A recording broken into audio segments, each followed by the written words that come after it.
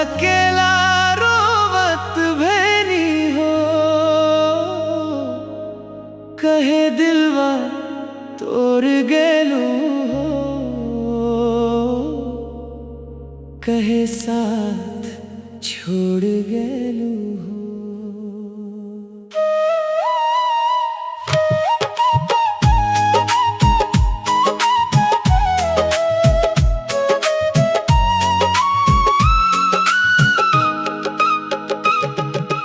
प्यार में धोखा दे गेलू हो, दिलवा के टुकड़ा कर गेलू हो, कसम खा के साथ निभाईबू, आखिर में छोड़ के चल गेलू हो।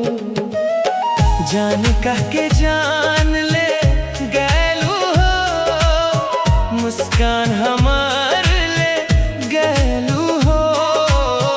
हम ता दिल से चाहे रहनी, तू ता खेल के चल गेलू हो।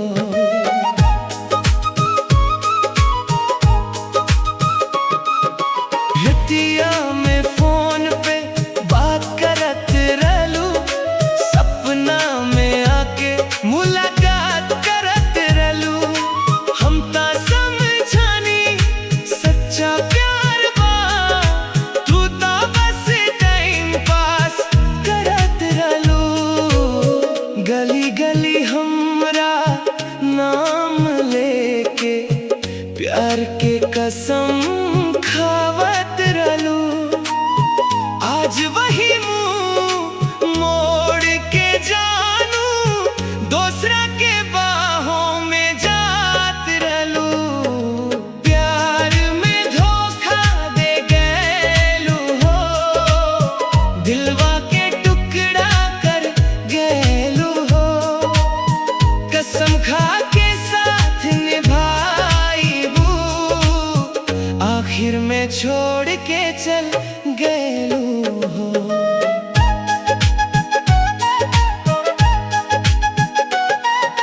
फोटो हमर डिलीट कर डालू, नंबर हमर ब्लॉक कर डालू, नया सजन के संग में घुमेलू, हमरा के पागल बना डालू। बजर में देख लो हाथ पकड़ के, हमरा से नजर चुरा गेलू, एक पल में सपना तोड़ा के, हमरा के अकेला छोड़ गेलू। सोचनी साथ जी अब मराब, तोहर नाम से दुनिया बसाब, तू ता निकली बेवफा सनम, कैसे अब हम जी। प्यार में धोखा दे गेलू हो, दिलवा के टुकड़ा कर गेलू हो, जान कह के जान ले गेलू हो, आखिर में छोड़ के चल गेलू हो। अब ना प्यार